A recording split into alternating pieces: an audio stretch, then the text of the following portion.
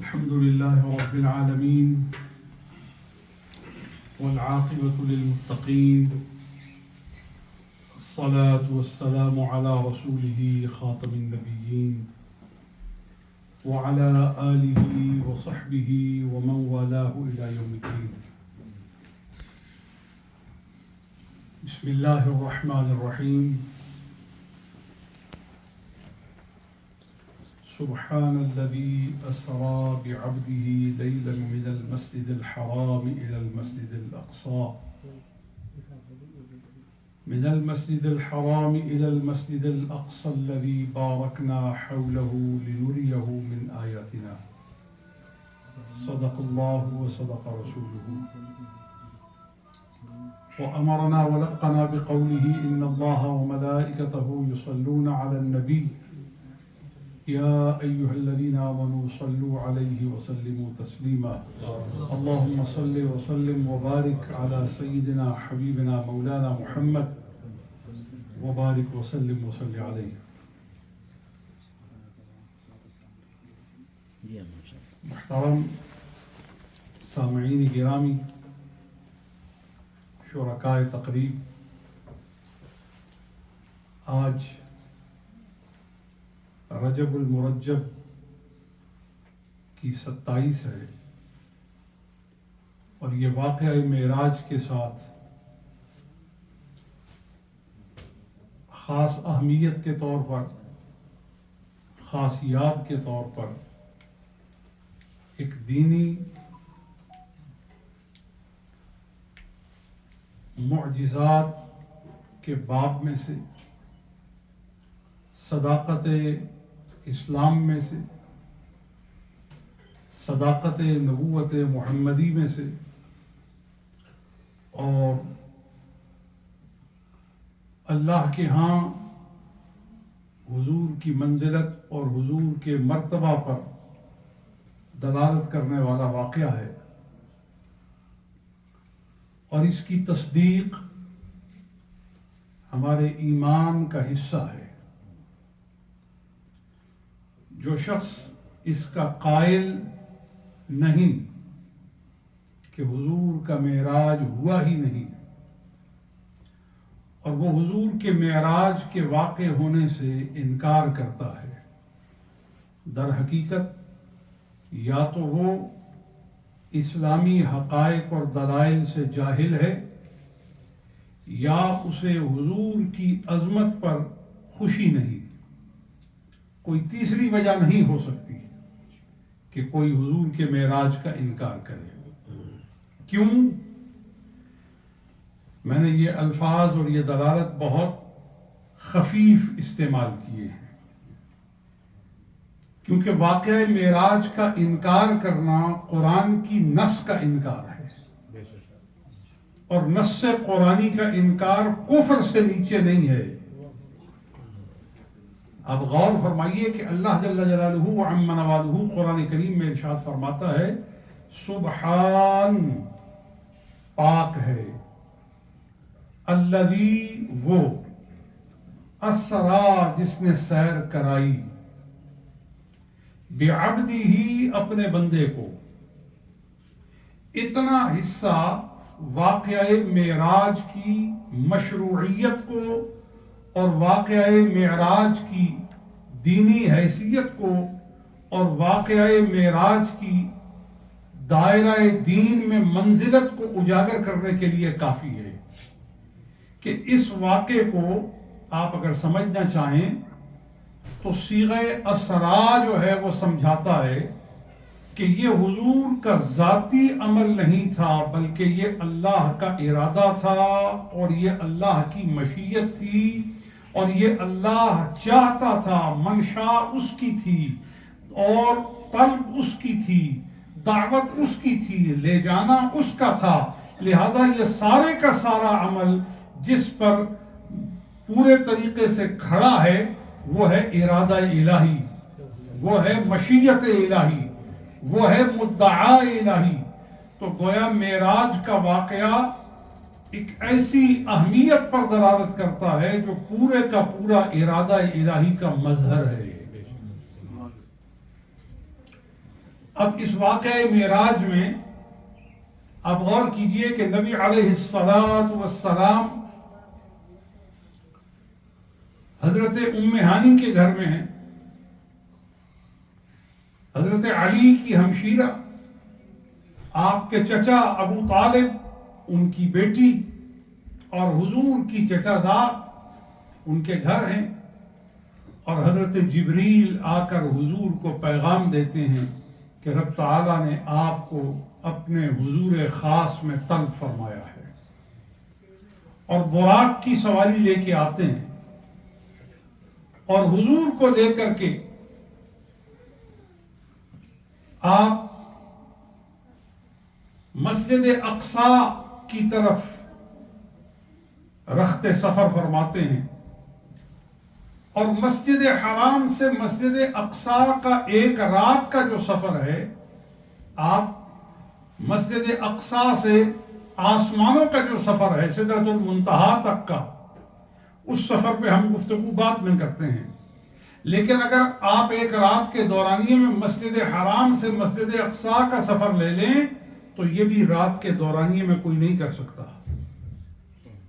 اور اس زمانے میں آج سے 1400 برس پہلے، بلکہ 1500 برس پہلے، نبی علیہ السلام کا یہ سفر جو ایک رات میں تھا، اور آپ اس ایک رات میں براق پر حضرت جبریل کے ساتھ جب سفر فرماتے ہیں تو گزرتے ہوئے راستے میں بہت سی جگہوں سے گزرتے ہوئے آپ قدرت کے کچھ نشانات اور آثار دیکھتے ہیں، حتیٰ کہ ایک قبر شریف کے پاس سے جب گزر ہوتا ہے تو حضور دیکھتے ہیں کہ اس میں جو قبر والے ہیں وہ کھڑے ہیں اور کچھ عمل کر رہے ہیں۔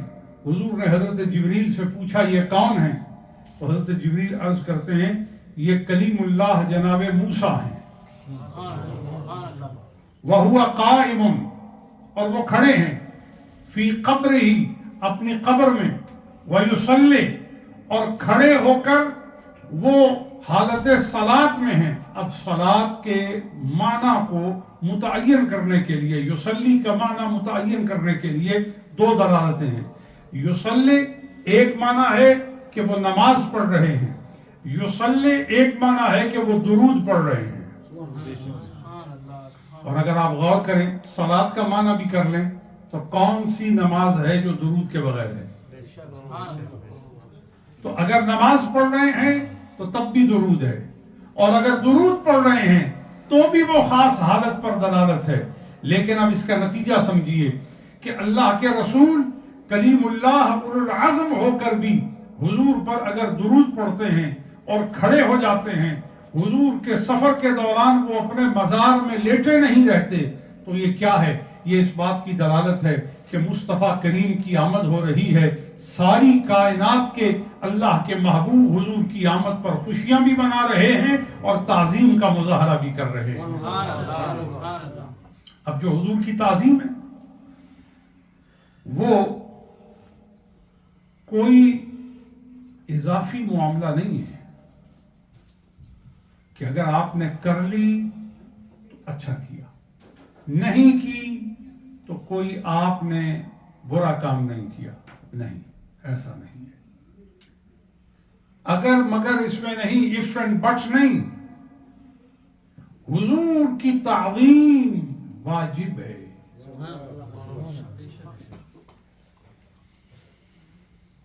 اور واجب ہونے پر دلیل کیا ہے؟ واجب ہونے پر دلیل یہ ہے لِتُؤْمِنُوا بِاللَّهِ وَرَسُولِهِ وَتُعَزِّرُوهُ وَتُوَقِّرُوهُ۔ چاہیے کہ یہ اللہ کے ساتھ ایمان لائیں اور اس کے رسول کے ساتھ ایمان لائیں۔ ایمان لے آنا یہ معمولی بات نہیں ہے۔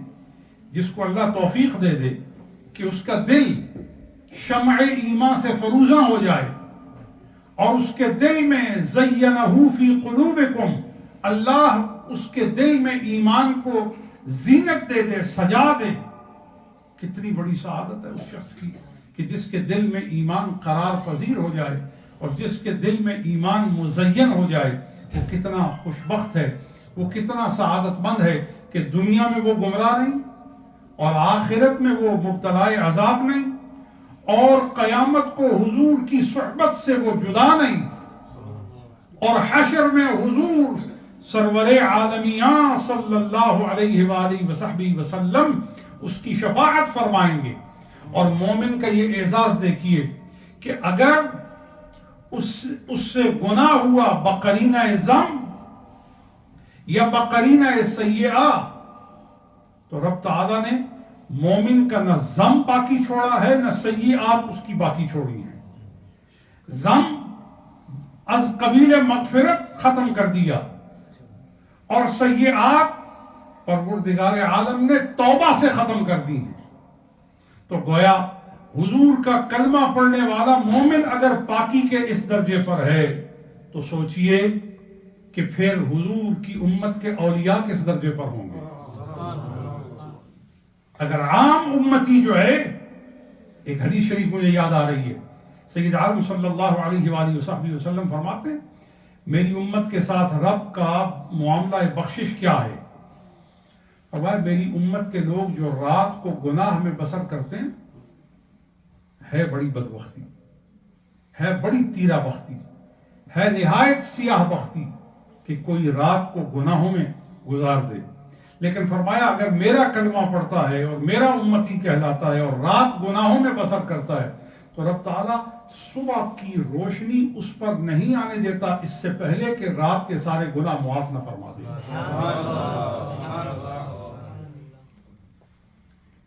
اور یہ صحیح السند حدیث ہے۔ اور پھر فرمایا جو دن کے گناہگار ہوتے ہیں، دن میں جو اپنے نفس کے پیچھے بھاگتے رہتے ہیں، شیطان کے پیچھے دوڑ لگاتے رہتے ہیں، ہوا و ہوس کی وجہ سے حلال و حرام میں امتیاز کرنے کے لیے وہ تیار نہیں ہوتے اور وہ ہر خیر و شر جمع کرتے رہتے ہیں، فرمایا ہوتے تو میرے امتی ہیں، کیونکہ وہ گناہ کو گناہ سمجھتے ہیں، حلال نہیں سمجھتے، اسے حرام جانتے ہیں، اسے برائی جانتے ہیں، اسے گندگی جانتے ہیں، اسے پلیدی جانتے ہیں، اور دل میں اس کی ان کے نفرت ہوتی ہے، لیکن پھر بھی بوجہ ہوا و ہوس، بوجہ انسانیت، بوجہ مذلت شیطانی وہ اس میں مبتلا ہو جاتے ہیں۔ تو فرمایا پھر رات کا اندھیرا آنے سے پہلے، کہ اس سے پہلے کہ رات کا اندھیرا انہیں ڈھانپ لے، میری رحمت انہیں ڈھانپ کر بخشش سے ہمکنار فرما دے۔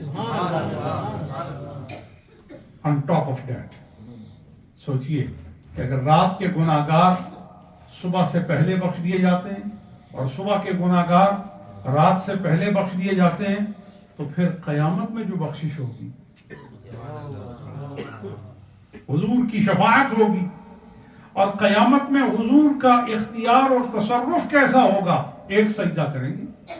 حضور فرماتے ہیں قیامت کو کسی کو سجدے کی اجازت و مہلت نہ ہوگی، میں آؤں گا صرف ایک سجدہ کروں گا، اور رب تعالیٰ فرمائے گا حبیب سر تو اٹھا، آج تو سجدے کا دن نہیں ہے، آج تو جزائے سجدہ کا دن ہے۔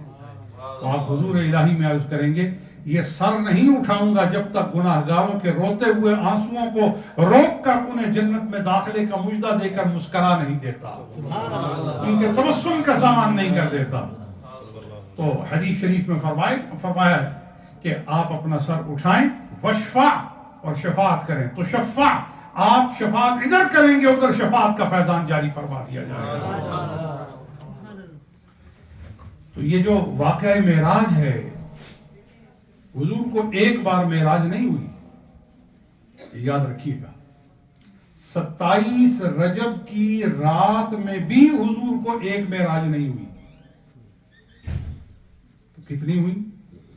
27 رجب کی رات کو حضور علیہ السلام کو کم و بیش 10 معراج ہوئی۔ کتنی؟ بولیے جلدی سے آپ کو سمجھانے کے لیے، تاکہ آپ کے ذہن کی خلش دور ہو جائے کہ پیر صاحب نے آج ایک نئی بات کہہ دی ہے کہ حضور کو ایک رات میں 10 بار معراج ہوئی۔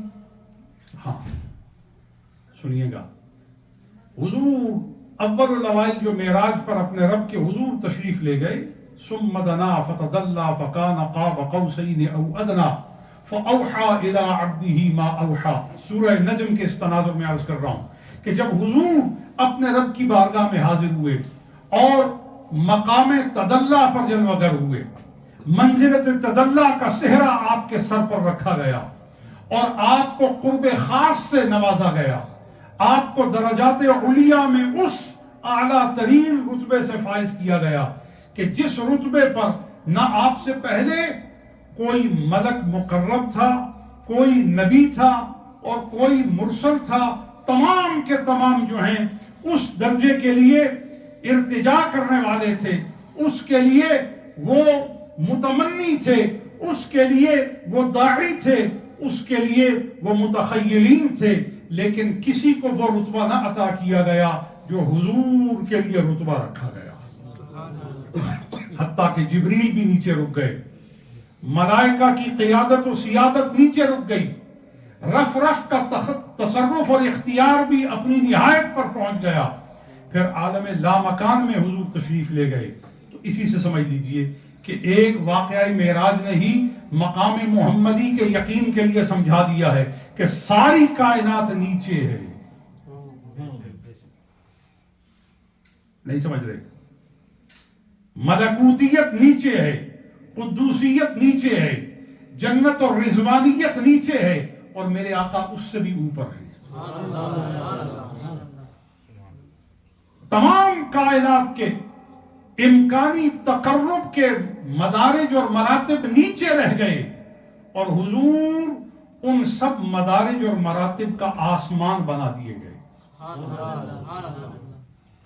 نبوت کا بھی آسمان بنا دیے گئے، رسالت کا بھی آسمان بنا دیے گئے، قرب الہی کا بھی آسمان بنا دیے گئے، قدوسیت کا بھی آسمان بنا دیے گئے، ملکوتیت کا بھی آسمان بنا دیے گئے، اور روحانیت کی تمام لطافتوں کا بھی آسمان بنا دیے گئے، بشریت کا بھی آسمان بنا دیے گئے، اور تقربیت کا بھی آسمان بنا دیے گئے، اور ولایت کا بھی آسمان بنا دیے گئے۔ بلکہ آسمان نہیں، میں تو یہ کہنا چاہتا ہوں کہ ہر منزلت علیہ کا حضور کو روح بنا دیا گیا، کہ اب کوئی مقام جو باقی رہے گا وہ تبھی باقی رہے گا جب اس میں حسن محمدی کی چمک دکھائی دے گی۔ نعرہ رسالت یا رسول اللہ، نعرہ رسالت یا رسول اللہ۔ تو اس ایک رات میں جب حضور اول الاوائل اپنے رب کے حضور حاضر ہوئے تو یہ پہلی معراج تھی، اور اس معراج کی تکمیل پر جب آپ نمازیں لے کر 50 نمازیں لے کر واپس تشریف لائے تو آپ کی ملاقات حضرت موسیٰ کلیم اللہ سے ہوئی، اور حضرت موسیٰ نے پوچھا آپ کیا لائے ہیں، رب نے آپ کو کیا دیا ہے؟ آپ نے فرمایا رب نے مجھے میری امت کے لیے 50 نمازیں دی۔ تو حضرت سیدنا موسیٰ نے آپ کو یوں کہا کہ آپ کی امت کے لیے یہ نمازیں بہت ہیں، وہ نہیں پڑھ سکیں گے، آپ جائیے تخفیف کی بات کیجئے۔ تو حضور پھر تشریف لے گئے۔ تو معراج کس کا نام ہے؟ حضور الہی میں جانے کا نام ہے۔ تو وہ جو 9 دفعہ آئے اور گئے، 9 معراجیں تو یہ ہیں، تو 9 دفعہ پہلی بار کے علاوہ آئے گئے، اور پہلی بار کو اس کے ساتھ ایڈ کیجئے تو کتنے ہو گئے؟ 10 معراج تو ایک رات میں ہوئے۔ تو جس کی ایک رات میں 10 معراج ہوں، اس کی پوری زندگی کے سالوں کا کون اندازہ لگائے گا؟ اس پر بھی ایک حدیث سناتا ہوں۔ حضور فرماتے ہیں لی مع اللہ وقت لا یسعنی فیہ ملک مقرب ولا نبی مرسل۔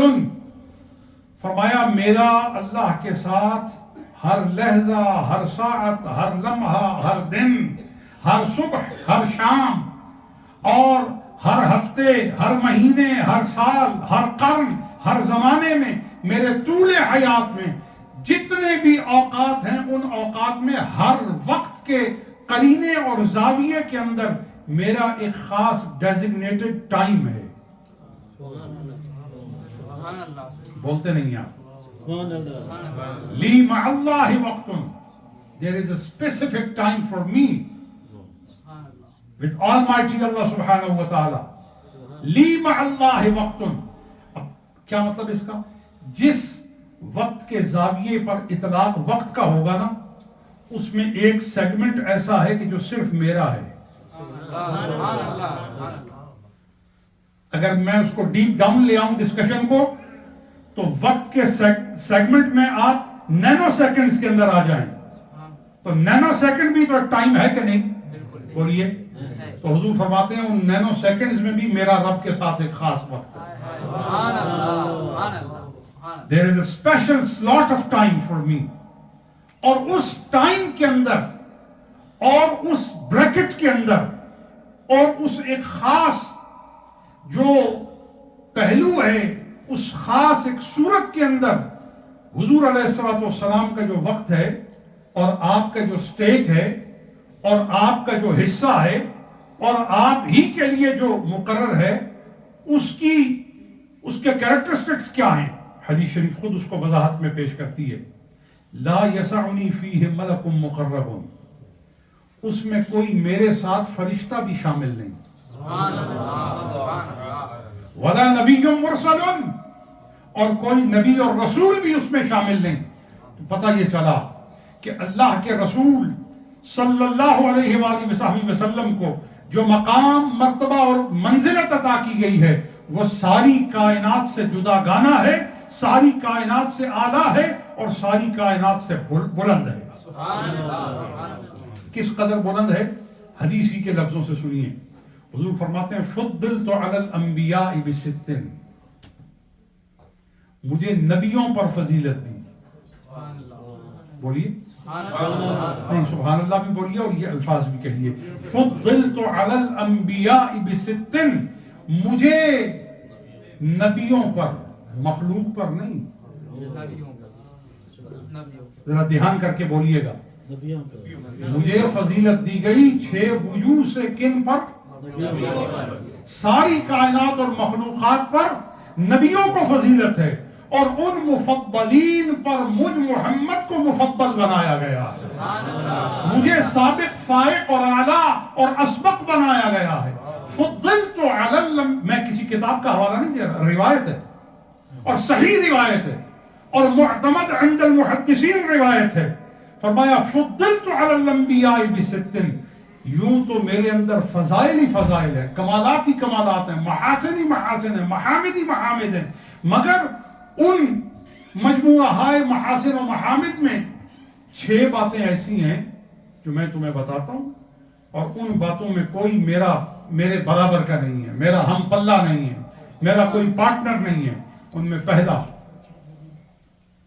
اوتیت جوامع الکلم، مجھے ایسی گفتگو عطا کی گئی ہے، مجھے ایسا خطبہ دیا گیا ہے، مجھے ایسا بیان دیا گیا ہے، مجھے ایسی گویائی دی گئی ہے، مجھے ایسا واعظ دیا گیا ہے، مجھے ایسا ارشاد کا پہلو دیا گیا ہے، مجھے گویائی کی ایسی عظمت دی گئی ہے کہ جب میں بولتا ہوں تو لفظ تھوڑے ہوتے ہیں اور معانی اتنے ہیں کہ قیامت تک محدثین اس کی تشریح کرتے رہیں گے، کامنٹری بیان کرتے رہیں گے، لیکن حقیقی مراد تک کوئی نہیں پہنچ سکے گا. یہ بیان محمدی کی عظمت کا عالم ہے تو ذات محمدی کی عظمت کا عالم کیا ہوگا؟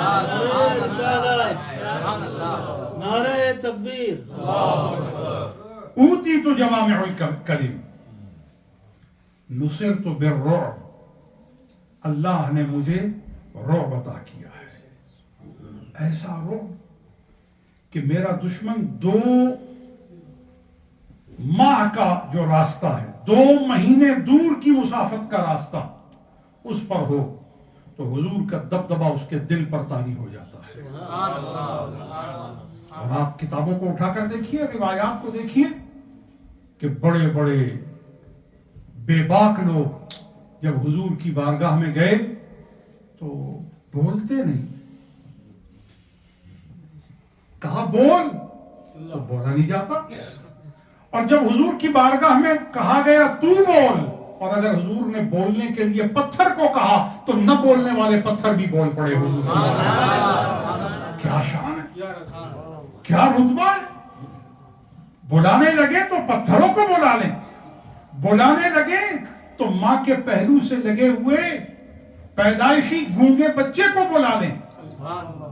ایک یہودیہ عورت حضور کی بارگاہ میں آئی اور کہا سنا ہے کہ آپ نبی ہونے کا کہتے ہیں. کہا ہاں کہتا نہیں ہوں، حقیقت ہے. تو کہا آپ کے سچے نبی ہونے کی دلیل کیا؟ فرمایا ہر چیز. ہر شے میرے سچے نبی ہونے کی دلیل اور گواہی ہے. اس نے کہا پھر بھی؟ تو آپ نے فرمایا پھر تیرا یہ بچہ بھی جسے تو نے جنا ہے، اپنے گھر میں پالا ہے، اپنا دودھ پلایا ہے، یہ تیرا خون ہے، یہ تیری نسل ہے، اور یہ تیرے نہایت قریب ہے، حتیٰ کہ اب بھی تیرے جسم سے پیوست ہے، پیوست تجھ سے ہے، کہلاتا تیرا ہے، پہچانا تجھ سے جاتا ہے، مگر گواہی مجھ محمد کی دے گا. اس وقت وہ ہنس دی اور اس نے کہا یہ کیسے گواہی دے گا، یہ تو گونگا ہے، بول نہیں سکتا. فرمایا ہاں گونگا ہے ان کے لیے جو بولا نہیں سکتے، اب محمد بولانے کے لیے اسے کہتا ہے سن ذرا یہ کیا کہتا ہے. اس پیدائشی گونگے بچے نے کہہ سنایا اشہد ان لا الہ الا اللہ وحدہ لا شریک لہ واشہد ان محمدا عبدہ ورسولہ. حیرت ہے ان پر کہ گونگے تو بول پڑے لیکن منہ میں زبان رکھنے والے حضور کی مدحت میں نہ بولیں، حضور کی شان میں، عمدگی میں، اعتراف منزلت میں نہ بولیں. تو ان کی زبان کا ان کے منہ میں ہونا سوائے گوشت کے لوتھڑے کے اور کوئی حیثیت نہیں رکھتا، مگر وہ لوتھڑا بھی پھینکنے کے قابل ہے، وہ کسی لائق نہیں ہے. کیوں؟ کیونکہ وہ حق کی ترجمانی نہیں کر سکتا، وہ قرآن کی ترجمانی نہیں کر سکتا، وہ اپنے رب سے وفاداری کا جملہ نہیں کہہ سکتا. تو کاہے کا ہے، کس قیمت کا ہے، کس قدر کا ہے، کس تول کا ہے، کس وزن کا ہے، کس مول کا ہے. جس آدمی کے جیب میں پیسہ ہے اور وہ نام خدا پر نہیں رکھتا، کاہے کا پیسہ ہے. جس آدمی کے بدن میں جوگن ہے، زندگی ہے، رنگ ہے، قوت ہے، استعداد ہے، صلاحیت ہے، مگر اس کا بدن نماز میں کھڑا نہیں ہو سکتا، رکوع میں جھک نہیں سکتا، سجدے میں سجدہ گزار نہیں ہو سکتا، کاہے کا بدن ہے، کاہے کی قوت ہے، کیا اس کی حیثیت ہے، کیا اس کا جینا ہے. لہذا فرمایا نصرت بالرعب، اللہ نے مجھے رعب سے مدد عطا کی ہے. احلت لی الغنائم، میرے لیے مال غنیمت کو حلال کر دیا گیا. حضور سے پہلے انبیاء کی امتوں میں غنیمت کا مال حلال نہیں تھا، حضور کی امت میں مال غنیمت کو حلال کیا گیا. اور فرمایا زندگی میں جہاد میں آ کر مال بھی لو اور پھر مغفرت بھی لو اور جنت میں بلند رتبے بھی لو.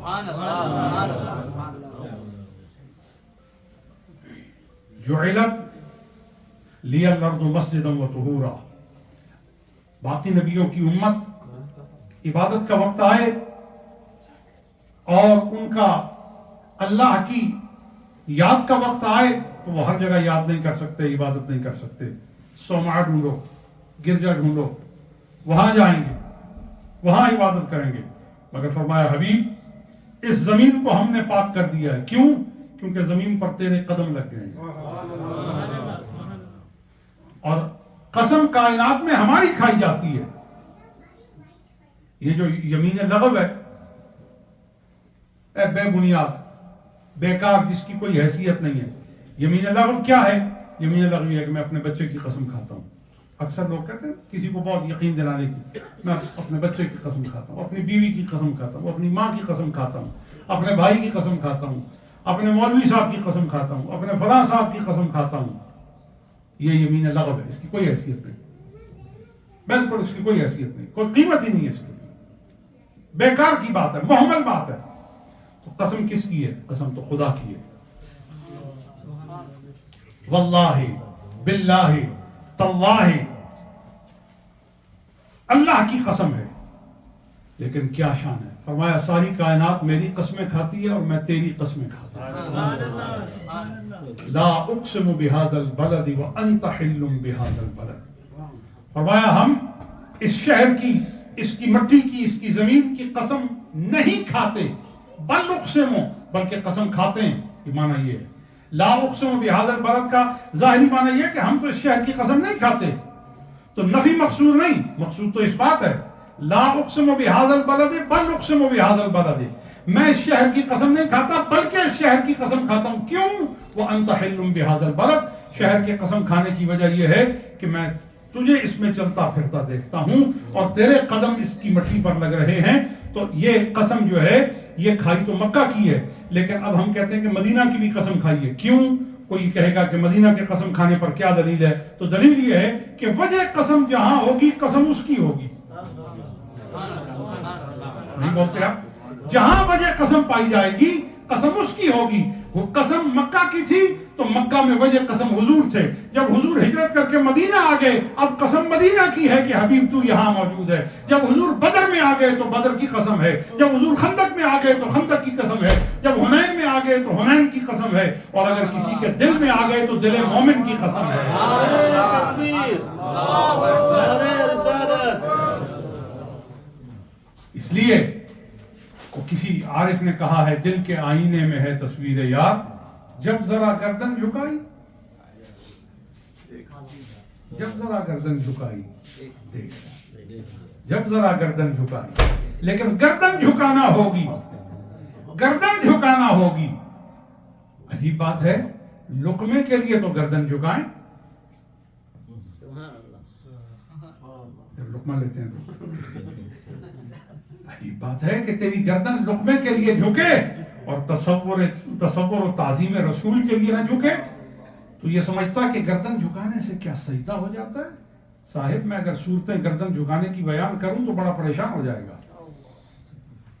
سجدہ تو جب ہوگا کہ وضو کی حالت ہو، رخ قبلے کی طرف ہو، وقت نماز کا ہو، نیت رکعت کی ہو، اور جائے نماز ہو، اور جائے نماز بھی پاک ہو، بدن بھی پاک ہو، لباس بھی پاک ہو، رخ بھی کعبہ کی طرف ہو، اور ساری کائنات سے کٹ کر جس وقت وہ اپنے ہاتھوں کو اٹھا کر عبادت گزار ہوگا پھر اپنی پیشانی اور ناک یعنی 7 اعضاء کو زمین پر رکھے گا تب وہ سجدہ کہلائے گا. لیکن اگر حضور کے سامنے اپنی گردن کو خم کرتا ہے تو یہ سجدہ نہیں ہے، یہ عبادت نہیں ہے، یہ تصور کشی یار ہے.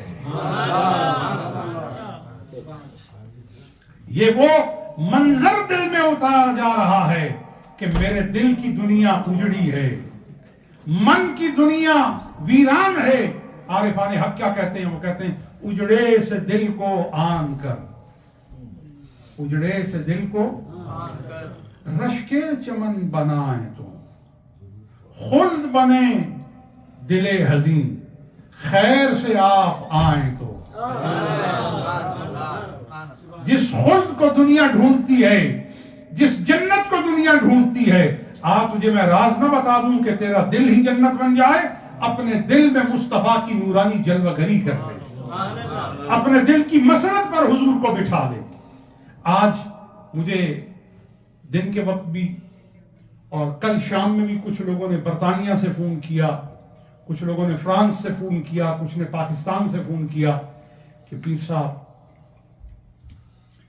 لوگ سوال کرتے ہیں کہ آج کی رات کو جاگنے کا کوئی ثبوت ہے؟ اور اگر ہے تو ہمیں کتاب کا حوالہ دیں. اور آج کی رات کوئی خاص نفل پڑھنے کا ثبوت ہے تو کون سی کتاب میں؟ وہ بھی ہمیں بتا دیجیے.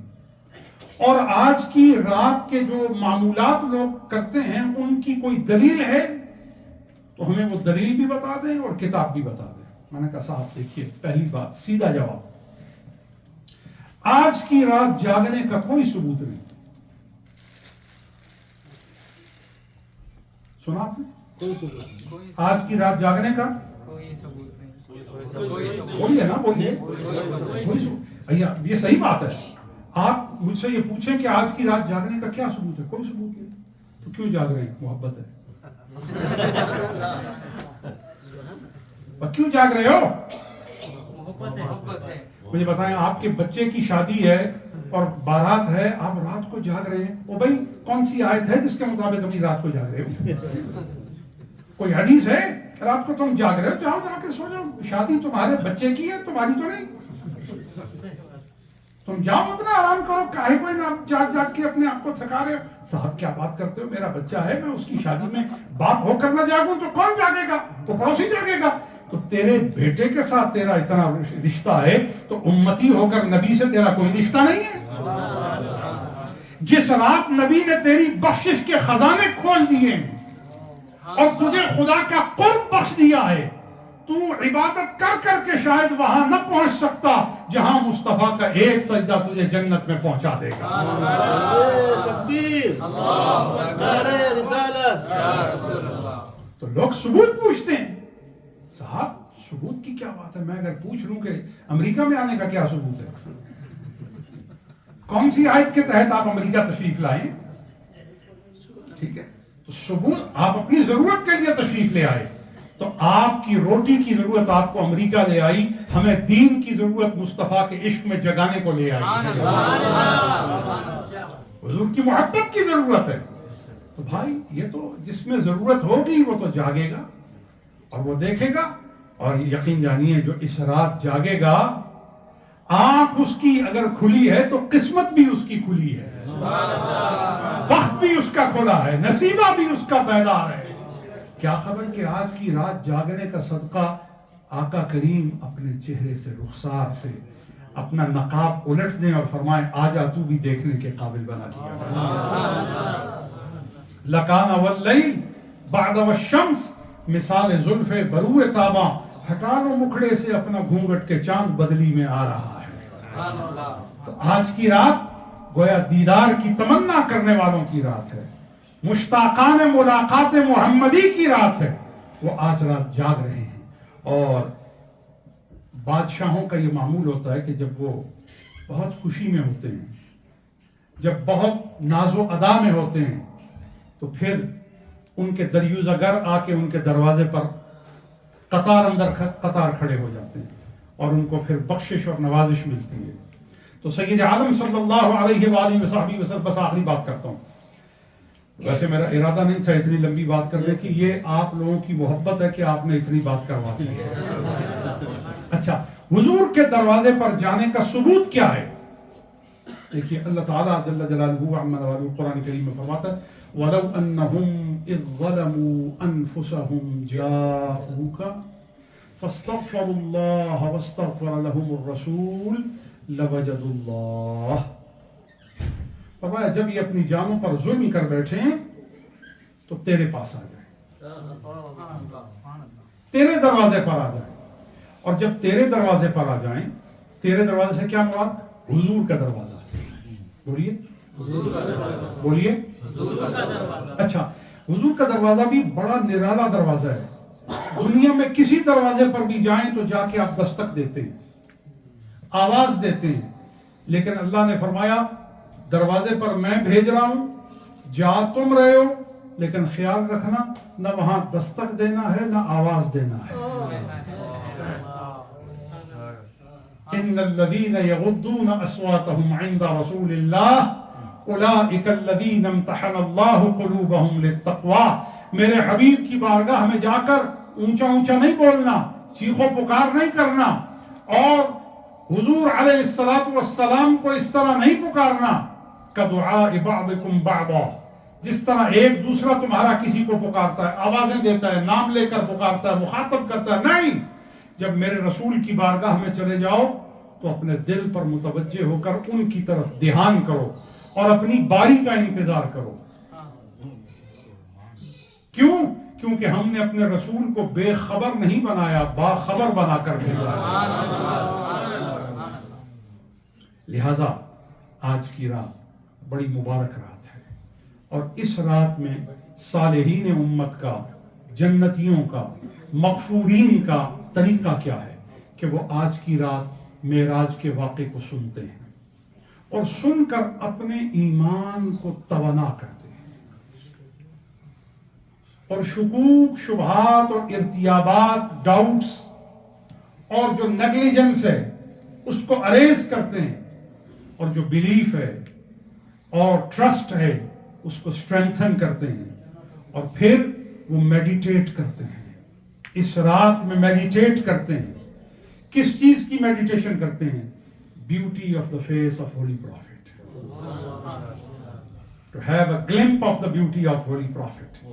حضور کے چہرہ انور کی زیارت کی کوشش کرتے ہیں. اور سید عالم صلی اللہ علیہ وآلہ وصحبہ وسلم کی جو زیارت ہے نا, اس کے لیے 2 حدیثیں سناتا ہوں. حضور نے فرمایا من رآنی فی المنام, جس نے مجھے خواب میں دیکھا, فإنہ رآنی, وہ جاگ کر اٹھ کر جا کے کسی سے اسے پوچھنے کی ضرورت نہیں کہ میرے اس خواب کا کیا مطلب ہے, میں خود بتاتا ہوں, اس نے مجھے محمد کو دیکھا ہے اور کسی کو نہیں دیکھا.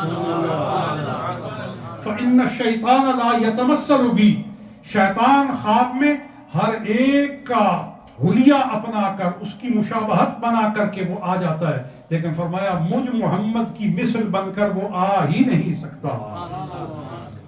ایک بشارت یہ ہے۔ دوسری بشارت یہ ہے من رآنی فی المنام، جس نے مجھے خواب میں دیکھا، فسیرانی فی الیقظۃ، فرمایا وہ عنقریب مجھے جاگتے ہوئے بھی دیکھے گا۔ تو آج کی رات درود شریف کی رات ہے، صلاۃ التسبیح کی رات ہے۔ آج کی رات جو آپ کی نمازیں فوت ہو گئی ہیں ان کی ادائیگی کی ابتدا کی رات ہے کہ آج رات سے آپ اپنی زندگی کی فوت شدہ نمازیں پڑھنا شروع کریں، اور آج رات وعدہ کریں، کیونکہ اس رات نمازیں ملی ہیں، تو آج رات سے وعدہ کریں کہ ہم نے صاحب ترتیب بننا ہے۔ کیا بننا ہے؟ صاحب ترتیب۔ صاحب ترتیب کسے کہتے ہیں؟ صاحب ترتیب اس شخص کو کہتے ہیں جس کی 5 وقت کی نماز میں سے کوئی ایک نماز بھی فوت نہ ہو، وہ وقت پر پڑھے، ان ٹائم پرفارم کرے اپنی نماز کو۔ اللہ تعالی حمیدیہ مسجد کو تا صبح قیامت قائم رکھے۔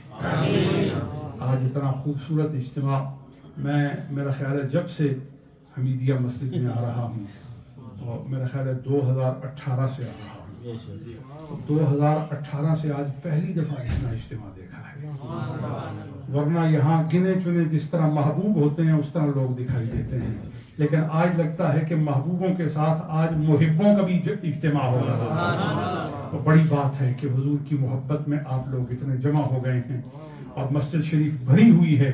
اور میں دیکھیں نا، ہر کوئی چیز ہوتی ہے جس سے آپ تخمینہ لگاتے ہیں، اندازہ لگاتے ہیں، تو میں اندازہ لگا رہا ہوں اگر مسجد اتنی بھری ہوئی ہے تو اللہ کی رحمت سے یہ کتنی بھری ہوئی ہوگی، بخشش سے کتنی بھری ہوئی ہوگی، دل کتنے نور سے بھرے ہوں گے، روح کتنے فضل خداوندی سے بھرے ہوئے ہوں گے۔ تو جو لوگ پوچھتے ہیں کیا ثبوت ہے، تو انہیں بتائیے یہ ثبوت ہے کہ لوگ گھروں سے نکل آئے، کتنا بزی ٹائم ہے لوگوں کا، لوگ 10 منٹ دینے کے لیے تیار نہیں۔ اگر اتنی روحیں، اتنے دل، اتنے دماغ یہاں جمع ہو گئے ہیں تو بے مقصد تو نہیں جمع ہوئے، یہ سب اللہ کے رسول کے لیے جمع ہوئے ہیں۔ تو جب یہ اللہ کے رسول کے لیے جمع ہوئے ہیں تو ان کی دنیا بھی اچھی ہے، ان کی عاقبت بھی اچھی ہے۔ میں آپ تمام احباب کا مسجد حمیدیہ کی کمیٹی سمیت شکر گزار ہوں کہ آپ احباب نے آج کے اس عظیم موقع پر مجھے سنا اور کتاب و سنت کا پیغام آپ تک پہنچانے کی آپ نے یہ صورت دی ہے۔ ربنا تب علینا انک انت التواب الرحیم۔ مولا تعالیٰ آج کی اس بڑی رات کا صدقہ ہماری بڑی بخشش فرما دے، آج کی اس عظیم رات کا صدقہ اپنی عظیم نعمتیں عطا فرما دے۔ اے بڑے، آج کی رات ہمارے بڑے بڑے چھوٹے چھوٹے تمام گناہوں کو معاف کر دے۔ اے مہربان، آج کی رات ہماری آنکھیں پاک کر دے، ہمارے دل پاک کر دے، ہمارے سینے پاک کر دے، ہماری تنہائیاں پاک کر دے، ہماری مشکلیں آسان کر دے، ہماری گمراہیاں ہدایت میں بدل دے، ہماری رسوائیاں آبرو مندی میں بدل دے، ہمارے درمیان پائی جانے والی نفرتیں محبتوں میں اور اخلاص میں اور بھائی چارے میں تبدیل فرما دے۔ اے اللہ، ہمارا ہاتھ کسی کے رخسار پر لگنے کی بجائے اس کے لیے مددگار بنا دے۔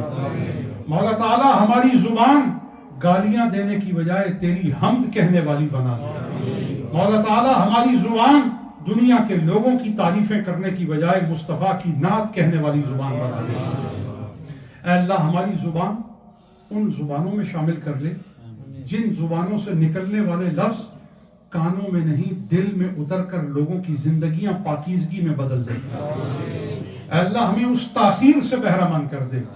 اے اللہ، ہماری پیشانیاں آج تیری بارگاہ میں حاضر ہیں، ان پیشانیوں کو اپنے سجدوں کے لیے پسند فرما۔ لیکن مولا، جو پیشانی ایک دفعہ تیرے سجدے میں رکھ دی جائے پھر وہ کبھی تیرے سجدے سے محروم نہ ہو۔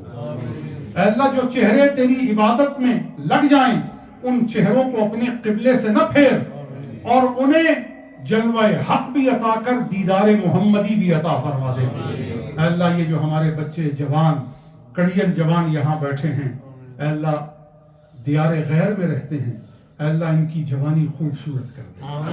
اے اللہ ان کی جوانی میں نمازیں پیدا کر دے، ان کی جوانی میں قرآن کی تلاوت پیدا کر دے۔ اے اللہ ان کی جوانی میں تقوی رکھ دے۔ اے اللہ ان کی جوانی میں ماں باپ کا ادب، ماں باپ کی تعظیم، بڑوں کا احترام اور قرآن سے لگن، سنت رسول سے لگن، اور ان کے بدن پر مصطفیٰ کے عشق کی پھبن ہو جائے. سب پر اپنی رحمتیں برکتیں فرما. حمیدیہ مسجد کو قائم کرنے والوں کی مغفرت فرما، اور ان کے بعد جو ان کی اولاد ہے جو اس مسجد کو قائم رکھے ہوئے ہے. کتنی اچھی بات ہے، اولادیں ماں باپ کا پیسہ لے کر، ان کی جائیدادیں لے کر حرام کاموں میں لگ جاتی ہیں. اے اللہ تو ان کی اس اولاد میں اور برکتیں عطا فرما.